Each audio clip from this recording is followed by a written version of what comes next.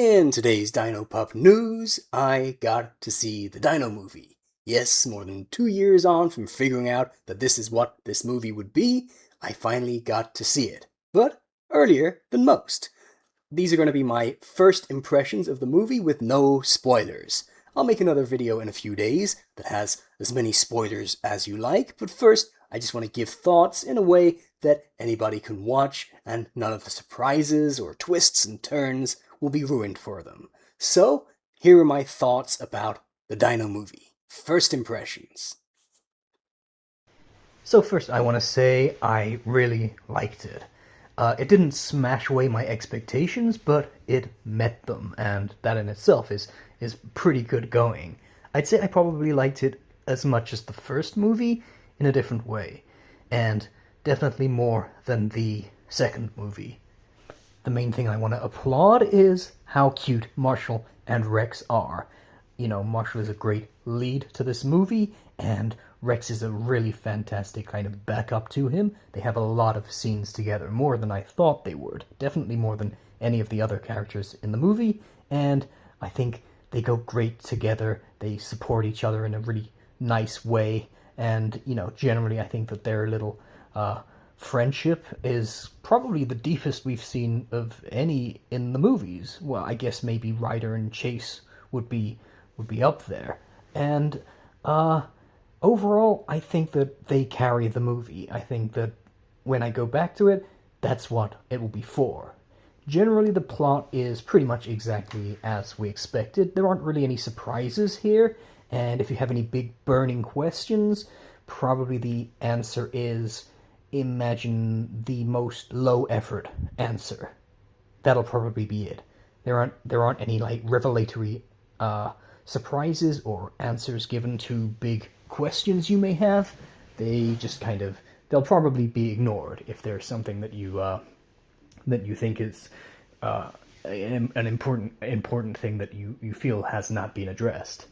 The plot basically, I mean, it's not like we worked it out. We had books that told us what was going to happen, and pretty much that's how it goes. You know, the details change a little bit, and we see, some things are caused in ways we didn't know about, but it's, everything progresses in a fairly ordinary sort of a way, and, if you are familiar with how Brunker and Barlin write the central problem of what the character goes through, you're going to see the same sort of writing again here. No surprises. What I was a little surprised by is most of the human characters, especially ones with big name voice actors behind them, they barely do anything. You know, most of them have 3 to 5 lines in the whole thing. I don't think that's a spoiler to say. The focus is really on the pups, and that's a really good thing. I prefer it that way. I'll talk more about the actual characters in a spoiler video. This one's more just general impressions. My overall thought is that this one has more of the ingredients that I really like. You know, obviously it's my favorite pup, and one of my other favorite pups starring together in a movie and getting lots of screen time together and focus and, you know, doing incredible things. So, yeah, I'm predisposed to really like it. On the other hand, I feel like less care was put in than was put into movie 1. Movie 1 felt like it was trying much harder, like it had more to prove, like they really cared about the details. This one feels a little bit slapdash, like they're kind of a little bit like the show. Once they know they're successful and they have a formula they can rely on, they kind of stop trying so hard. And that's the feeling I got from this movie as well. It's also incredibly fast-paced. I mean, almost Mario Galaxy movie kind of fast-paced.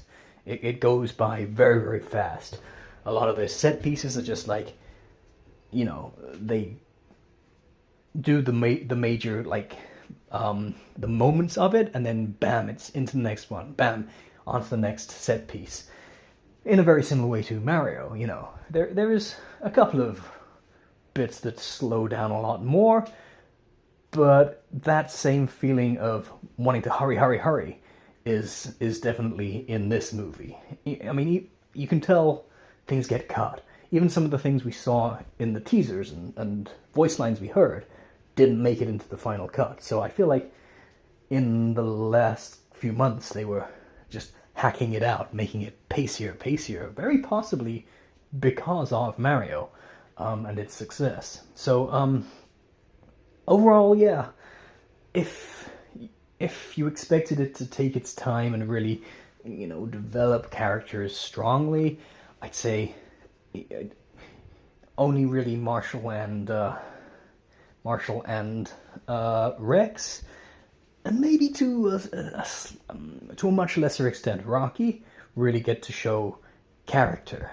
The others kind of sometimes they even feel a bit callous, a bit unemotional, a bit detached.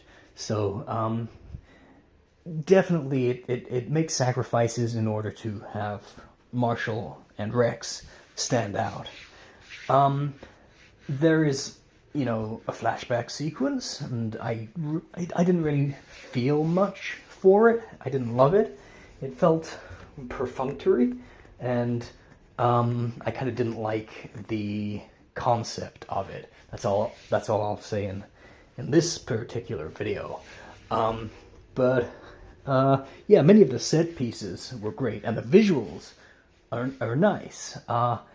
Maybe it does feel like the animation and the quality of like the textures took a little bit of a hit in this new movie, but the matte painting and the nature animation does a lot of good stuff.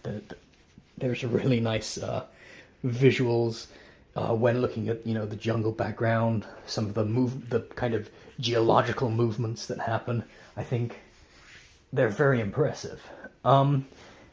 For new characters, I was very surprised. I ended up liking characters I didn't think I'd like at all, and not liking characters who seemed very kind of harmless and inoffensive. So it wasn't, you know, there were some elements that were unexpected. Maybe not plot-wise, but in terms of characterization and how likable the characters were. So yeah, of course. There's some slightly weird dynamics between the pups, I think. Some of it has to do with the voices. Carter Young just sounds much older than Rain Janjua does. So you have a Marshall that sounds a good couple of years older than Chase, and even if that's not the case in real life, that's how they sound. And it gives it a very different dynamic from any they've had before, and kind of strange. And Hayden Chamberlain sounds about the same age as Chase, you know, a couple of years younger. And obviously Sky sounds substantially older than all the others do. So those little gaps, in my opinion, change the dynamic. And it's going to be interesting to see the Japanese version tomorrow, where that won't be the case. And see if that changes how it feels. I mean, I know there's quite a lot has changed by just looking at the Japanese subtitles that they had today, and listening to the English audio. I could see a few questionable tweaks, but obviously I barely looked at the subtitles because I was concentrating on the movie itself.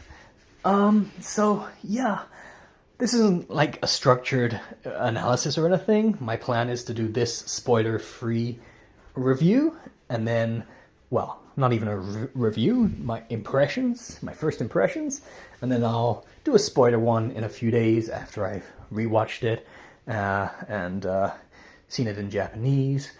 And then I won't do a full kind of in-depth review until it's out on streaming and I can use the proper visuals. Someone has put the end credits up on YouTube, so if you look hard enough, you can probably find those, and they are really nice. I really like the end credits. In fact, I would not look them up because you can enjoy them much more on the big screen.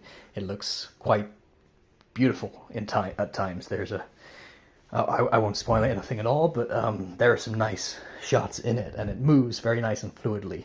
Probably the best of the 3 credit sequences. And yeah, I'll just leave it at that. Rex and Marshall are super, super, super, super, super cute, and I feel bad that in Dino Chicken they don't seem all that close anymore, because in the movie they do seem close. There's a kind of feeling of lack of consequence. It doesn't feel like it mattered to Marshall nearly as much as it mattered to Chase and even to Sky. But I think the friendship that develops balances that out, and that's going to be, what I think back on as the movie's real strength. Okay, click here to see my review of movie 1, and click here to see my review of movie 2. That's all for today. See you guys again next time.